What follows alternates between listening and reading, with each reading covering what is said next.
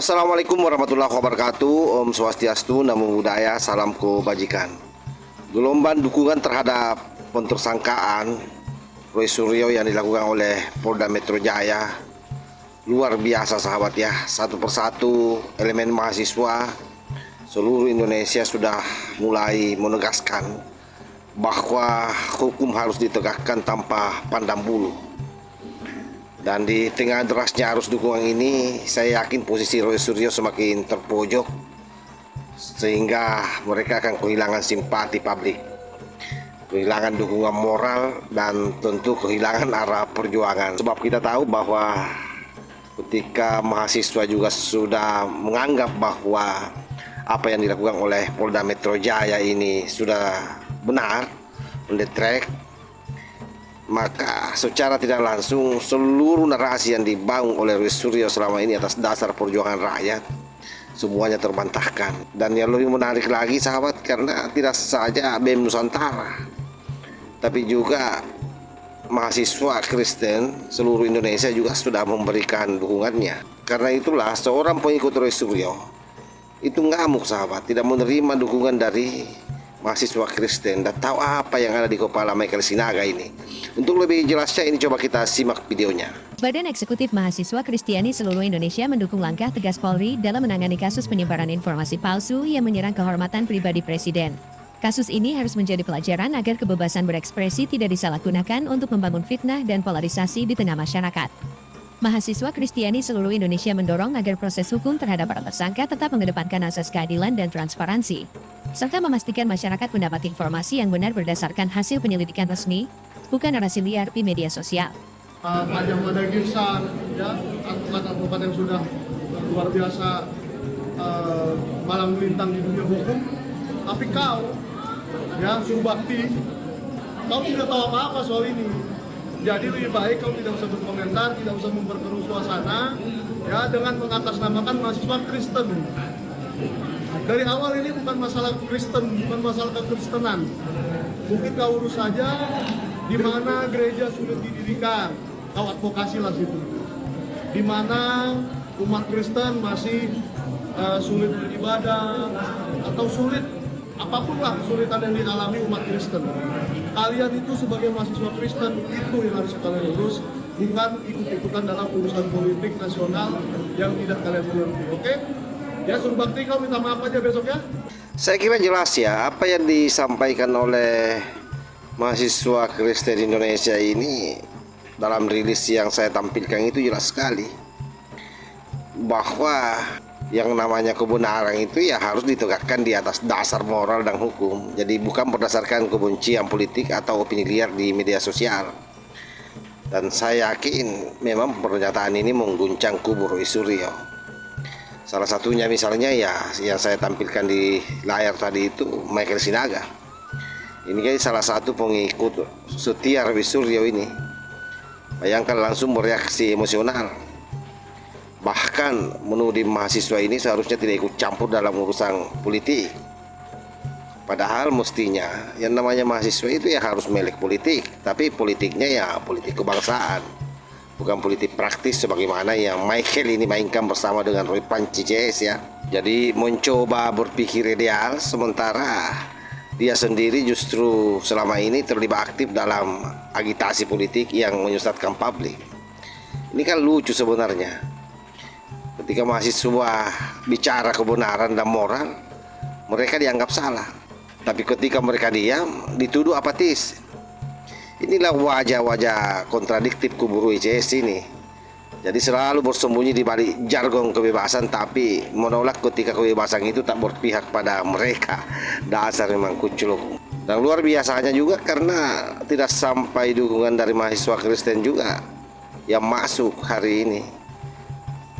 Kelompok BEM dari Nahdlatul Ulama juga sudah bersuara, termasuk mahasiswa Muhammadiyah, sahabat.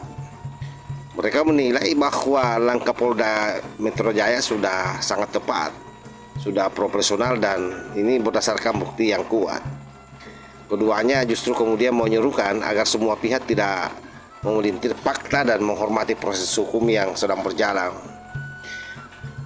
Dan saya yakin pernyataan ini semakin memberikan penguatan kepada Polda ya, bahwa mereka sudah on the track karena mereka mendapat dukungan dari rakyat, dari publik, dari kelompok mahasiswa. Nah, seperti apa beritanya? Ini coba kita simak bersama-sama.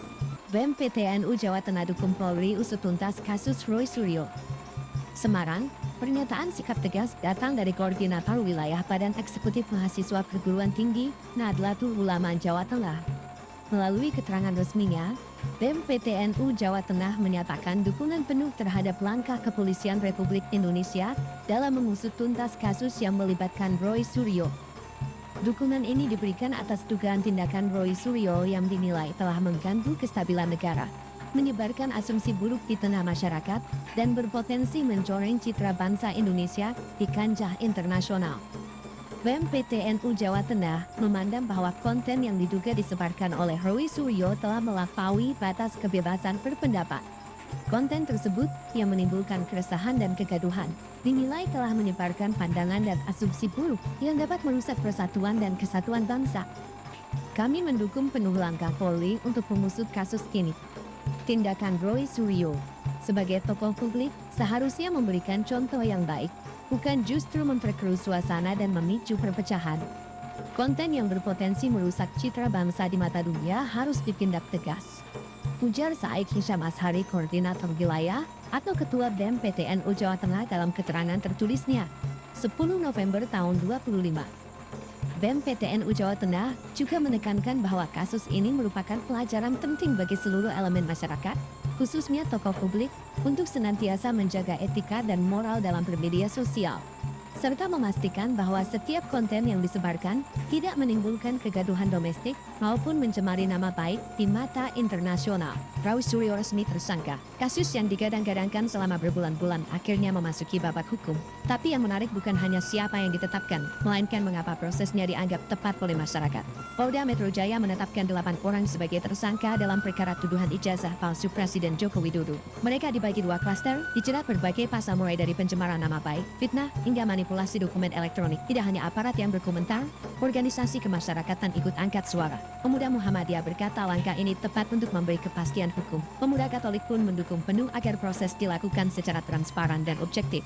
Kenapa ini penting? Karena dalam ruang publik yang gaduh oleh informasi dan opini, tindakan hukum yang jelas jadi pegangan. Menurut para tokoh, bukan hanya soal siapa yang salah, tapi bahwa hukum harus berdiri tegak tanpa Nah, kita sudah mendengar kasus secara bersama-sama ya, bagaimana dukungan-dukungan dari kelompok-kelompok mahasiswa itu berdatangan. Dan saya yakin pernyataan ini semakin menegaskan bahwa mahasiswa hari ini tidak mudah digiring oleh propaganda murahan Roy Suryo CS, sahabat.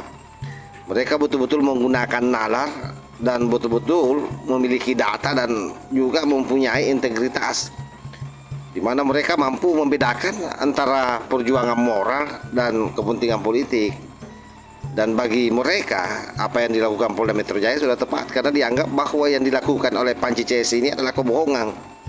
Mereka semua ini sengaja memanipulasi barang bukti untuk menyesatkan masyarakat. Akhirnya apa yang terjadi? Kena pasal berlapis mereka. Dan alhamdulillah karena dukungan mahasiswa ini betul-betul nyata, dan ini memberikan angin segar buat Polda Metro Jaya ya, bahwa mereka betul-betul bekerja berdasarkan fakta dan data yang ada. Jadi menjadi wajar kalau kemudian elemen masyarakat, kelompok mahasiswa mendukung mereka.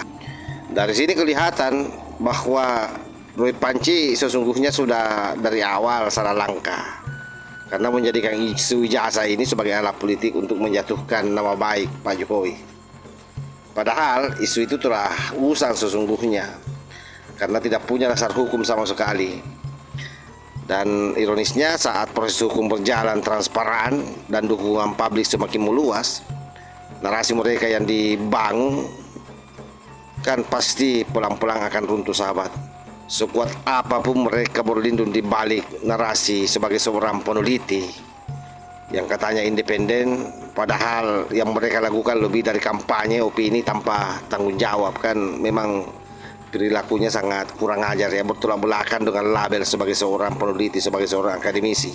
Makanya saya sangat bersyukur sekali ya ketika para adik-adik mahasiswa kemudian mengeluarkan satu pernyataan, dan ini kan mahasiswa lintas iman ini.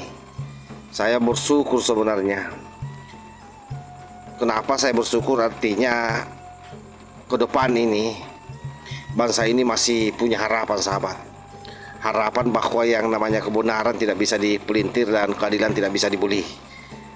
Dari aula kampus hingga ruang publik, suara generasi muda saya kira sampai hari ini belum terbajak oleh mereka yang punya kepentingan ya, terutama dalam rangka bagaimana melihat bangsa kita ke depan ini bisa maju. Alhamdulillah mereka menyatu semua. Padahal selama ini kita tahu bagaimana Panci CS melakukan delegitimasi terhadap hukum yang ada di negara ini. Sebab itu bisa dipastikan ya bahwa Panci CS ini hari ini berada di jalan yang buntu. Artinya simpati habis, narasi yang dibangun selama ini rontok, dan dukungan publik berlahan dan pasti menjauh dari dirinya dan berpindah ke kubu sebelah. Saya mau mengatakan bahwa permainan politik mereka sesungguhnya sudah game over. Dan ini akan dicatat dalam sejarah bahwa yang namanya kebohongan, sekuat apapun diulang, tetap akan kalah oleh satu kebenaran, sahabat. Sebab kebenaran itu sekali lagi dia tidak butuh untuk diteriakkan, cukup berjalan bersamaan dengan waktu.